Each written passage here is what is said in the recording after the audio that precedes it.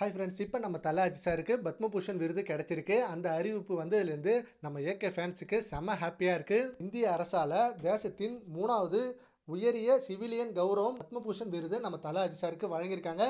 இது மிகப்பெரிய சாதனை தான். ஒரு நடிகனை மட்டும் இல்லாமல் தேசத்தால் போற்றப்படுற ஒரு நல்ல மனிதராகவும் நம்ம தல அஜித் சார் திகழ்ந்திருக்காரு. இதனாலே இப்படி ஒரு விருது நம்ம தல அஜித் சாருக்கு கொடுத்துருக்காங்க. அண்ட் இப்போ ரீசெண்டாக துபாயில் நடந்த கார் ரேஸில் நம்ம தல அஜித் சார் சாம்பியன் ஆனார். அப்போவே இந்தியாவுக்கு மிகப்பெரிய பெருமையை சேர்த்தாரு. அண்ட் ஆல்சோ இது மட்டும் இல்லாமல் அந்த ரேஸில் தமிழக அரசோட முத்திரையை பதிச்சு அங்கே மிகப்பெரிய அளவில் உயர்த்தி காமிச்சார். அதுவே செம்மையான பெருமையை தேடி கொடுத்தாங்க.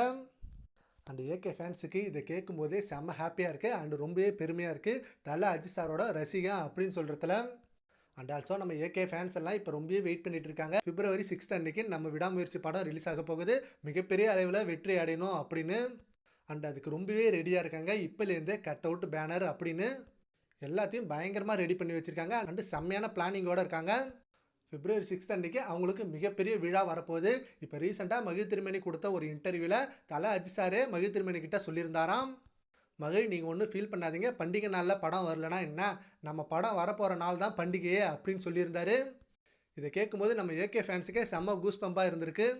சரி, ஓகே ஃப்ரெண்ட்ஸ், இப்போ நம்ம தல அஜித் சாருக்கு பத்மபூஷன் விருது கிடைச்சிருக்கு. அதை பற்றி உங்கள் ஒப்பீனியனை நம்ம காமெண்ட் பாக்ஸில் கமெண்ட் பண்ணுங்கள். Thank you friends.